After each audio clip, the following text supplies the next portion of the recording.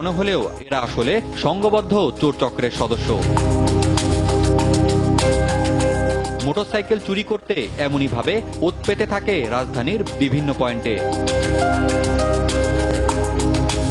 একসময় পেয়েও যায় শিকার।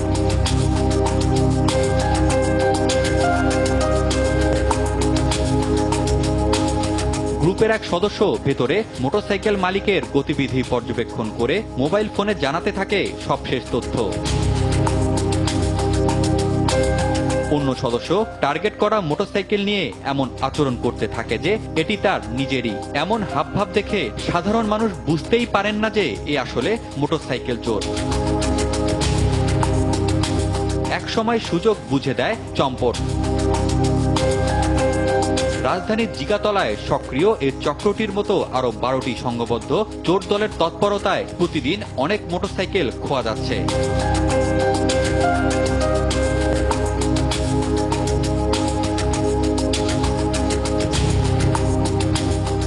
আর এই চক্রগুলো যে কতটা বেপরোয়া, সম্প্রতি মিরপুর থানা পুলিশের 225টি মোটরসাইকেল উদ্ধারের ঘটনা থেকেই তার প্রমাণ মেলে। আমরা হয়তো একটা চক্রকে গ্রেপ্তার করলাম, তিনি হয়তো গ্রেপ্তার হয়ে হয়তো অন্য সব চক্র হয়তো জামিন পেল না, দুই একজন এসে আবার দেখা গেল আবার নতুন অনেক গ্রুপ ফর্ম করে আবার একই পেশায় নিয়োজিত হন।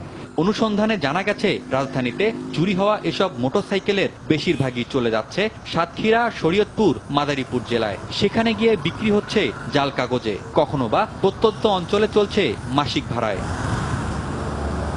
মোটরসাইকেল চোরদের দৌরাত্ম্য কমাতে, অপরাধীদের আইনের আওতায় আনতে গোয়েন্দা নজরদারি বাড়ানোর পাশাপাশি অভিযান জোরদার করার কথা জানালো পুলিশ।